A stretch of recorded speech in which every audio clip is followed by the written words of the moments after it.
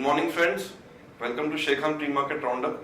First in the global markets. Yesterday, when markets closed, most of the European markets were trading in net by 0.5 to 1% across the board, whereas the American markets were index futures were showing a negative opening for the American markets. Finally, by the end of the day, the European market closed down around 1 to 2% across the board, whereas the American markets, that is the Dow Jones, also closed down around 1% by around 160 points, whereas the Nasdaq somehow managed to be almost flattish to negative. Most of the action in yesterday's trade in global markets was because of the energy sector and the material sector. At one point of time, the Dow Jones, which was down by around 265 points, mostly because of the stocks which are in the energy and material sector. Coming back to our markets, yesterday we almost opened on a flattish note, and from there on we saw a continuous drag on Nifty, and Nifty finally closing down by around 80 points, and Sensex closing down by around more than 200 points. In yesterday's trade, it was seen that the Bank Nifty, which was holding up pretty well till now, also gave signs of cracking down, and finally closed below the level of 17,000 on Bank Nifty. On FIS front, FIS yesterday were net seller around 590 crore rupees in cash market, whereas domestic institutional investors were buyer around 590 crore rupees in cash market. FIS in index futures were seller around 191 crore rupees. Now let's have an update on derivatives. On the derivatives front, yesterday we saw Nifty going down by around 1% in index futures, that is Nifty closed at 7728 and Nifty cost of carry has gone down to 5.54 versus 8.5 previous session because of the premium going down. Open interest has remained almost flattish at 2 crore 4 lakh shares with a slight addition of 26,000 shares in open interest, whereas PCI has also remained flattish at 0.78 versus 0.77. India VIX is at 15.97 versus 15.87. Most active index options were 7800 and 8000 call options, with 7800 adding 42% open interest, with the open interest being at 29.78 lakh shares. Going ahead from here on, 7800 and 7900 will act as a resistance point for market, whereas the most active index put options were 77, 78 and 7500 put options. However, there was a marginal addition seen only in 7500 put option, indicating that market was generally on the lower side. 7700 once broken in today's morning trade as per the SGX code, which is at 7691, will act as a trigger point, and we can see lower levels of 7650, 7670 if 7700 is taken off in morning trade.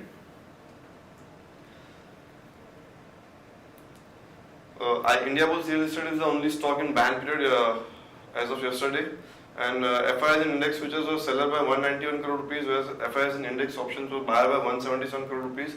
FIS in stock futures was seller by 192 crore rupees, whereas FIS in index stock options were seller by 57 crore rupees. Market levels, 5-day VWAP now stands at 7830, and the lower range for market works out to be 7700, whereas the higher range works out to be 7830. We will see that in the morning trade as well. The SGX code, which is currently at 7691, down 28 points. 7700, which is the lower range, will be taken off, and that will act as a trigger point for markets. Now let's have a look at some of the trading ideas for the day and some important news flow. First trading idea is Havells. Havells is looking to dilute majority stake in Sylvania to focus on domestic market. Media reports says that the Sylvania equity value would be a little over rupees 1000 crore. This is to be taken as positive for Havells. Long Havells with a stop at 286.4 for a target of 301 and 307. CSC is the second idea. CSC has won Pune franchise of the IPL. The company will shell out around rupees 20 crore for the period of 2 years. Hence, it will be a drag on CSC's balance sheet and impact negatively. Action to be taken here is short CSC with a stop at 557 for a target of 530 and 519. On some important news flow, PBOC has cut yuan fixing by 0.1% to 6.414 per dollar, weakest since August 2011. Electro steel lenders have approved strategic debt recast and will be converting 257 crore rupees worth of debt to 250 crore rupees of equity. Kaya Middle East has acquired 75% beneficial interest in IRIS. IRIS operates one clinic in Abu Dhabi. Government has levied 5 crore anti-dumping duty on glycoside imports from China, Sentimentally positive for Cipla, Indoco Remedies and Venus Remedies. Further fall in polymer prices to negatively impact plastic pipe companies like Supreme Industries and Astral Poly. Government is looking to float cabinet on relaxation of FRBM limits for states with high discount losses. Positive read-through for power sector and PSU banks. Tata Communication has entered modified agreement for stake sale in Neotel. Dr. Aze has filed response to US FDA. Excise trouble for auto component makers. Excise department has seeked to levy interest and penalty on retrospective price hike in contracts. Fairfax acquired additional stake in IIFL for ₹1341 crore. Fairfax acquired 22% stake for 1341 crore rupees, valuing the company close to 650 crore rupees on overall. Tribunal has squashed SEBI's ₹11 crore penalty against Reliance Industries.